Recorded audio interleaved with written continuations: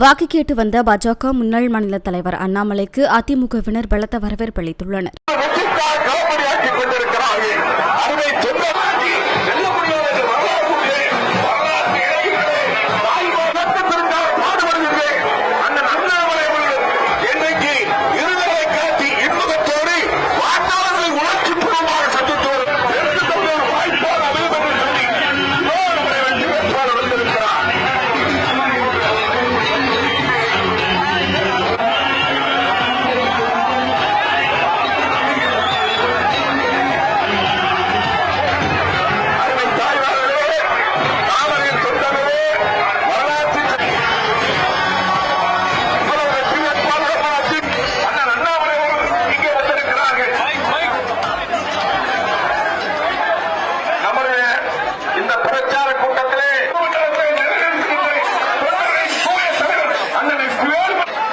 கோவை தெற்கு தொகுதிக்கு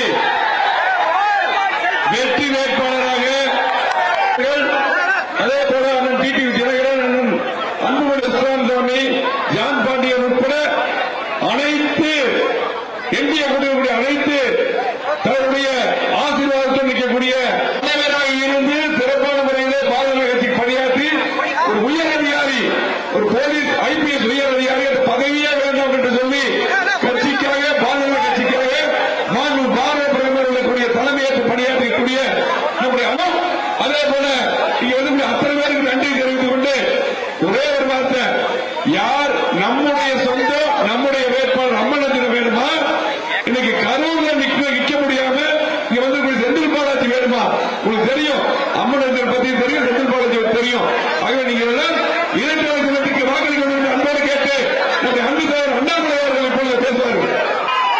இந்த பகுதியினுடைய நாயகனாக கொங்கு பகுதியில 21 சட்டமன்ற தொகுதியினுடைய பொறுப்பாளராக கோயம்புத்தூர் வளர்ச்சியினுடைய பங்குல ஒரு பெரிய பங்கை அடுத்த 3 நாட்கள் ஐயா ஜெயிப்பது உறுதி.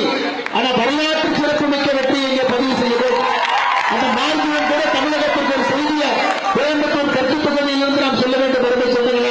அதனால் எவ்வளவு எழுச்சியோடு இந்த பேரணியை பங்கேற்றுக் கொண்டிருக்கின்றனோ 23 சாயங்காலம் 7 மணி வரைக்கும் அதே எழுச்சியோடு கட்டுச்சாமல் நாம் எல்லோரும் பணியாற்ற வேண்டும் என்று சொல்லி எல்லா கூட்டணி கட்சிகளுடைய அன்பு தொண்டர்களுக்கும் நன்றியை தெரிவித்து இந்த பேரணி என்றும் சென்று கொண்டிருக்கிறது.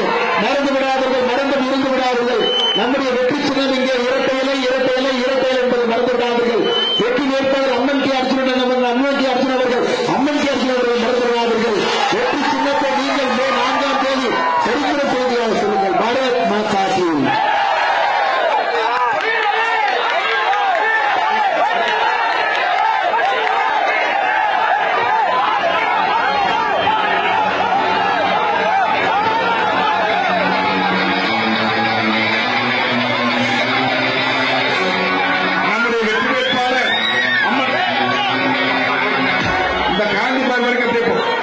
கொஞ்சம் வண்டிக்கு வழிபடுங்க.